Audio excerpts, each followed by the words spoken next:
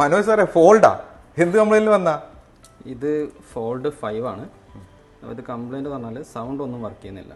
Sound പറഞ്ഞപ്പോൾ speaker 1, speaker 2, അതുപോലെ receiver ഒന്നും വർക്ക് ചെയ്യുന്നില്ല. അതുപോലെ ക്യാമറ നമ്മൾ എടുക്കുമ്പോൾ അത് ഓട്ടോമാറ്റിക്കായി എക്സിറ്റ് ആയി പോവാം. രണ്ടാമത്തെ കംപ്ലൈൻറ്റ്. ഇങ്ങനെ 2 കംപ്ലൈൻ്റ് ആണ് വന്നിട്ടുള്ളത്. ഹായ് ഫ്രണ്ട്സ്, സാംസങ്ങിന്റെ ഫോൾഡ് ഫ്ലിപ്പ് സീരീസുകളിൽ സാധാരണ കണ്ടുവരുന്ന കംപ്ലൈൻറ്റ്സ് ആണ് ഡിസ്പ്ലേ ബ്ലാങ്ക് ആവുക, ഫോൾഡ് ചെയ്യുമ്പോൾ ഓഫ് ആവുക, charging issue, camera issue, restart, ഇതുപോലുള്ള ഒട്ടനവധി കംപ്ലൈൻറ്റ്സുകൾ ഈ ഫോൾഡ് ഫ്ലിപ്പ് സീരീസുകൾ വരുന്നുണ്ട്.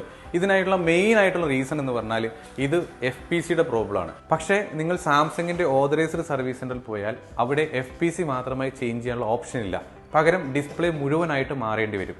അതിന് ഹെവി കോസ്റ്റ് ആണ്. ഫ്ലിപ്പ് സീരീസ് ആണെങ്കിൽ ഏകദേശം 30,000 മുകളിലും, ഫോൾഡ് സീരീസ് ആണെങ്കിൽ ഏകദേശം 50,000 മുകളിലും റേറ്റ് വരുന്നുണ്ട്. എന്നാൽ ഡോക്ടർ മൊബൈൽസിൽ ഡിസ്പ്ലേ മാറാതെ വളരെ കുറഞ്ഞ ചെലവിൽ FPC മാത്രം മാറ്റിക്കൊണ്ട് നമുക്ക് ഈ പറഞ്ഞ കംപ്ലൈന്റുകളെല്ലാം റെഡിയാക്കാൻ പറ്റും.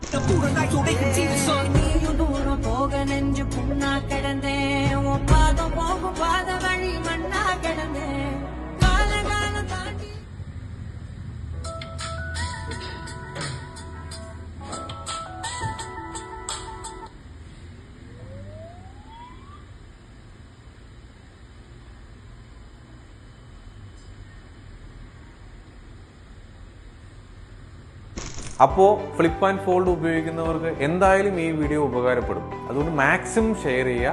നമ്മൾക്ക് കേരളത്തിന് അകത്തും പുറത്തും കൊറിയർ സർവീസ് അവൈലബിൾ ആണ്. കൂടുതൽ വിവരങ്ങൾക്ക് താഴെ കാണുന്ന നമ്പറിൽ കോൺടാക്ട് ചെയ്യാം.